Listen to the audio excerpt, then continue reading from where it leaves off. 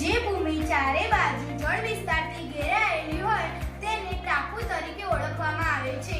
ઉદાહરણ તરીકે લક્ષદ્વીપ, અંદમાન નિકોબાર, બેટ દ્વારકા, નરા બેટ, શિયાળ બેટ. બે જળ વિસ્તારોને જોડતી સાંકડી જળપટ્ટી તેને સામુદ્રધુની કહે છે. ઉદાહરણ તરીકે ભારત અને શ્રીલંકા વચ્ચે આવેલી પાર્કની સામુદ્રધુની. બે જળ વિસ્તારોને અલગ કરતી સાંકડી ભૂમિપટ્ટીને તેને સંયોગી ભૂમિ કહે છે. ઉદાહરણ તરીકે પનામા છે.